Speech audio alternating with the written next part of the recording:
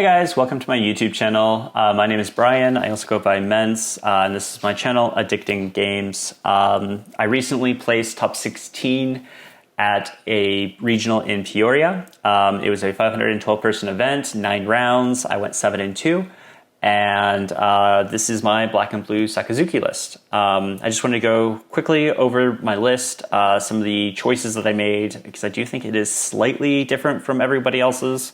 And then open up the pricing and see what we get. So without further ado, let's get into it. So here's the list. I didn't want to go card by card because that takes a while and it's pretty close to standard. There's just some subtle differences that I think allow this to really shine a little bit. So first I run one of the stage. So I really enjoy playing the stage build, but I feel like the value that you get from Great Eruption in the early game and being able to cycle an additional card and get a little bit deeper into the deck and replacing itself is just huge. Same with Ice Age. This deck with Ice Age allows us to remove a 4 and an 8 on your 9-Dawn turn, which means in the Gecko Moria and the Mirror, if we're forced to go first, this deck wants to go second, by the way. But if we're forced to go first, it's not the end of the world. We can, on 9-Dawn, remove both the Kuzan and the Gecko Moria, if that's or whatever forecast they played in the Gecko Moria on their 8-Dawn turn with our 9. And then also on our 10-Dawn turn, we're now able to remove 12 as well with the standard Gecko Moria into Rebecca plus Helmeppo. Then Rebecca grabs the Hina, and then plays out the Hina, and then gets something else -4, stage, another -1, leader, another -1, and now we can remove a total of 12 Dawn, which is, in our case, typically an 8 cost and a 4 cost playing sword. So those are both two really, really strong plays. In the standard stage build, you cannot do you cannot play Moria on 9-Dawn and remove a 4 and a 8, because if you have stage, you have, let's say you already had a Kuzan stick somehow, even though they just played a Moria, we swing 8, that's -5, we swing leader, that's -1. We could then play another stage from hand or a Suru, that's -2. We have now 2 2s. So we can get rid of a 3 and an 8, 11 Dawn total with the Lucci play on 9-Dawn, but we cannot get rid of 12 Dawn on our 9-Dawn turn. Whereas this allows us to get rid of 12 Dawn on our 9-Dawn turn with the Ice Age into Lucci, Helmeppo with the stage. Or we can have the stage established already, and then on our 10-Dawn turn, bottom deck 12 Dawn worth of characters on the board. So I really like having both of these pieces, and then also the Great Eruption into Houndblaze or Sword or Rob Lucci in the early game allows us to control the board early, as well as being able to go Rebecca Hina, Houndblaze, every combination of those, right? So yeah, that's why I kind of have both. I cut 7 cost Borsellino because I would rather have the wide sword, because the matchups that we're typically running into are going to be Gecko Moria, the Mirror, both of which are going to be playing more low to the ground.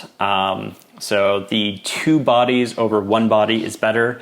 And then the other one is Katakuri, and Katakuri, we prefer the extra events because in our late game, we want to just cycle our blockers with Gecko Moria, bringing out the Hina, Helmeppo, and then bottom decking their 10 moms or 7 mom plus another body. And in either of those cases, the events are just superior, because if we're playing 7 Borsellino, we cannot also establish a blocker as we're removing their board. So that's the reasoning there. The only thing I might change is Borsellino, while it is strong into Moria because they have no way of outing it, I don't think it comes up as much as I would like it to have it as a slot. I started off with 3, and then I went down to 2, and then down to 1, and it got played out, and it did come up in a Moria matchup, But in the Sakazuki mirrors, it just kind of gets bottom decked real easily. And most of the time, I just wish it was an extra Rebecca somehow. But I think what I might consider is running a fourth brand new in its place, but I'm not sure how I feel about that. But for now, this is the list. So my matchups were round 1, Yama, which I won. Round 2, Saka, which I won. Round 3, Katakuri, which I won. Round 4, another Katakuri, which I won. Round 5 was a Gecko Moria, which I won. Round 6 was a Sakazuki mirror, which I won. Round 7 was my first loss. That was into Yama. It was Travis's Yama, which was the one that top 8. So that matchup, I did not see a blocker until my Tendon turn. And by my Tendon turn, it was too late. I saw one copy of Rebecca. I did play the Rebecca at Tendon, but it was not enough. He just goes, I can't remember what he rested it with. I think he might have used, no, he did double Amaru. Oh, that's right. I did find something else. Okay, so on my Tendon turn, I drew into Rebecca. I played a Tashigi. I found a Borsalino, and I played both. And then I got a 2K off of the Rebecca. I added a Virgo back to hand. So it's something like this. But he just double Amaru'd, and he already had 2 Enel on the board, 7 cost Enel. So it was GG's from there. I tried to hang on as long as possible. At the end, we were looking for where the next blockers were. It was like another 5 cards deep. All 3 of my Rebeccas were clustered together, and then like another 2 below that were my 2 Sabas clustered together. So I guess that was just the shuffle diff there. I did power shuffle and everything. It just, sometimes variance gets you. Right after that matchup, I went into a Gecko Moria matchup where this guy was X-1. He lost round 1 and was battling back so hard all the way up. And then he runs into my Sakazuki. And this is one of the matchups where playing 7 bottom decking events is just so huge. I bottom decked his, I bottom decked double Perona. Then he got out his first Absalom, and he harp cast a Helmeppo because he needed to remove a Kuzan on my board, so he had to. And then I just go, I had stage, and I ended up removing both bodies again. So now his trash was just double Lucci. That was all he could have, and that's all he had left in trash after using his effects. And I did two Amarus to bottom everything twice now. So he had very low trash, very low resources going into the Moria turns. And he actually had 2 Moria in hand, but he had no target, nothing to grab off the Moria, like no value there. So I was able to drop a Moria, pull back a Kuzan and a Searcher, and then he could answer the Kuzan, but not the Gecko. So now I just started slamming him every turn until it was over. So it was a good game, but this seven events is just really strong. And then my round 9 was my most regretful match. My very first turn, I played the Tashigi. The Tashigi, I had like a choice between grabbing a Hina or a stage. I grabbed the stage because it's a one of, and I had a brand new in hand that I knew I was going to play the following turn. I think I had 2 brand new at that point, and I had 1 Rebecca. So I was like, okay, I'm definitely going to see another Hina. I'm never going to see another stage. This gives me a lot of plays early on. But then my next 2 cards were both Great Eruption, and I never saw another Hina. And had I seen Hina, my hand was something like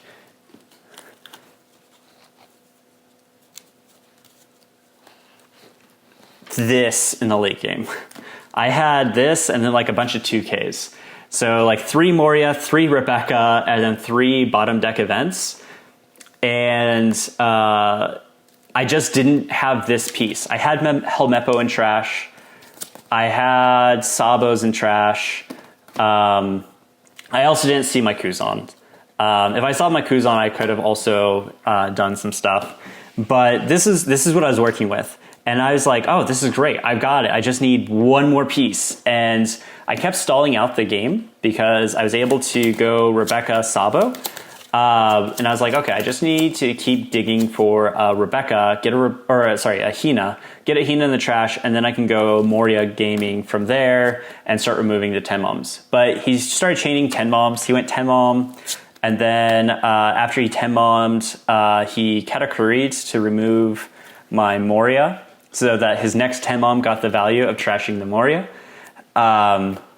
And from there, it was just downhill because he now had a 10 mom and an 8 cost on the board that stuck. And I was able to put up 2 more blockers. So I did another Rebecca into Sabo turn. But then I swung with Sabo protection because I had now 3 unkillable blockers, 2 Sabos on the board, 1 unkillable Rebecca. And he's at like 5 life at this point because he dropped 2 10 moms.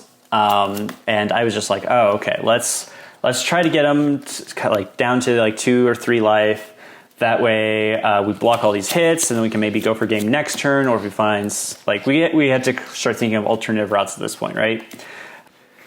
But I go for my check swing. I swing 5 with my leader and he takes Peril Sparrow. So I'm counting. I'm like, okay, Katakuri, Big Mom, leader swing, now Peril Sparrow. That's 4 swings. I've got 3 blockers. And I think in my hand at this point, I had like a 2K and another Rebecca.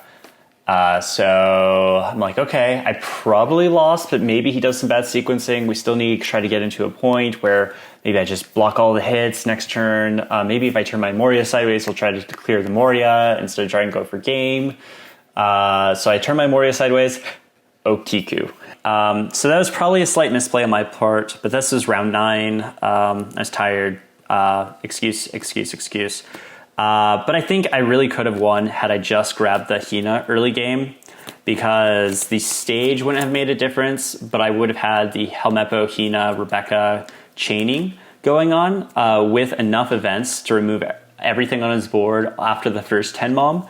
And then let's say he did go, in fact go Katakuri and then put my Gecko up there. I just start swinging at face again until he's down to like 3 life, and then I remove that Katakuri, and then I have 2 blockers, and then even if he rejects, burns my last life, and then tries to go for game, I have 2 blockers that you have to deal with, so you need to reject plus double Amaru, and then I would just outvalued from there. So it really did come down to not grabbing that Hina, which kind of sucks, but that's part of the game. Okay, so here we are with the top 16 prizing kit. We'll go ahead and open it up. We get first the loopy sleeves that you get for top 256, which, as the announcer at the tournament said, you get if you don't drop, essentially. Then we get our regionals finalist pack.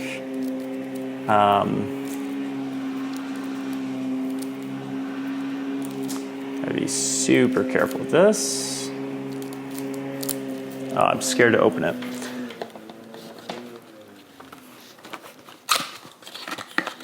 We have some sleeves ready here. Oh gosh. My worst nightmare, someone's mowing outside at just the wrong time. Hopefully you can't hear that. So we got a finalist jet pistol. Looks very, very nice. Then we've got a finalist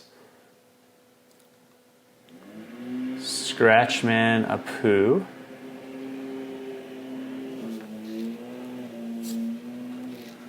A finalist brand new. And a finalist, Sanji. So we get all of them. I thought I only got one, but I guess you get a full set, which is kind of nice. If I could somehow get into 4 regionals, maybe I would have a chance of getting into getting more. So let's see, what are these? So here, oops, careful. Let's get these in sleeves and then we'll go to opening up that. Yeah, Sanji, brand new.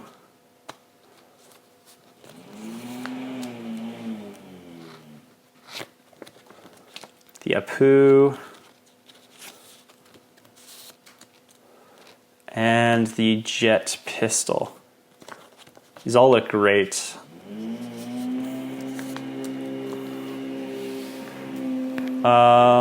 So now the next set here.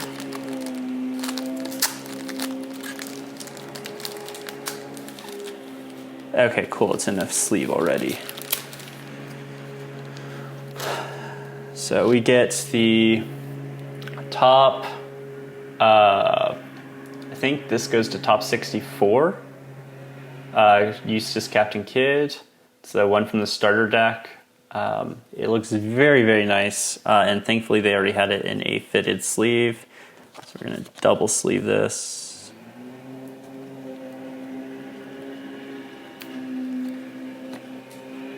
No, it's not fitted.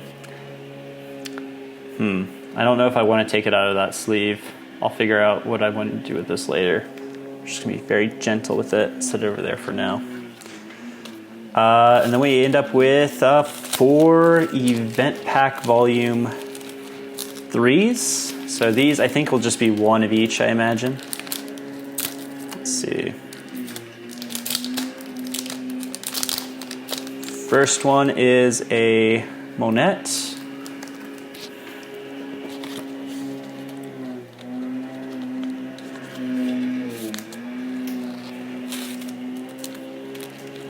Second one is the Zoro.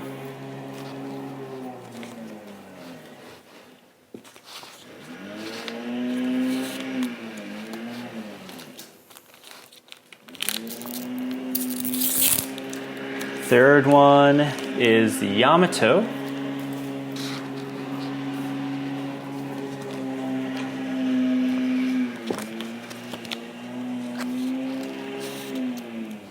And I imagine this will be the Law.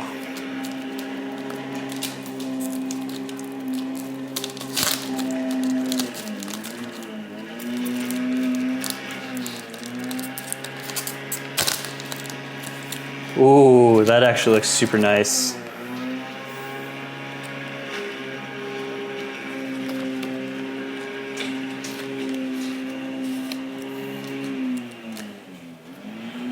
All right, so those are our event pack 4s.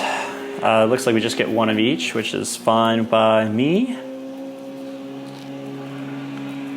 And then we have just a Dawn pack, so another one of the Luffy Gear 5.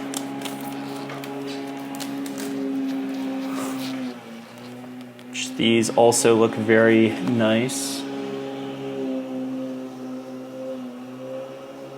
Camera does not like it. It's still a little too shiny, I suppose.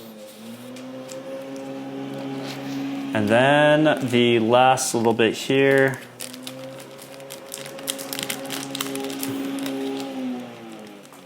Oh man, this is so scary.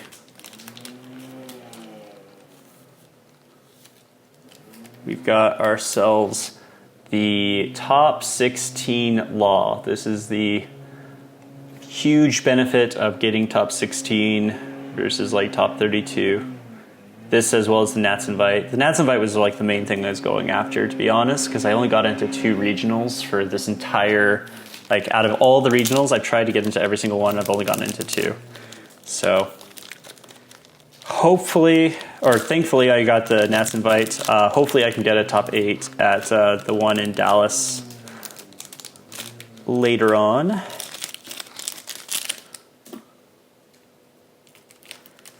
And then this looks like it's just one more Dawn pack. Yeah, one more Dawn pack, and that's it.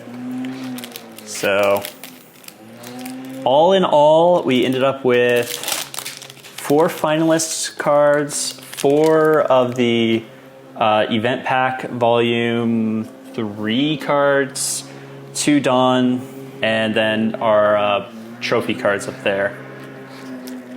So yeah, that was really good pricing, honestly. Hope you stayed to the end. If you want more content, I plan on making more content as I'm going to be grinding out for nationals now, and I guess my next regional as well. So stay tuned and subscribe if you want to see that. And yeah, see you later. Bye.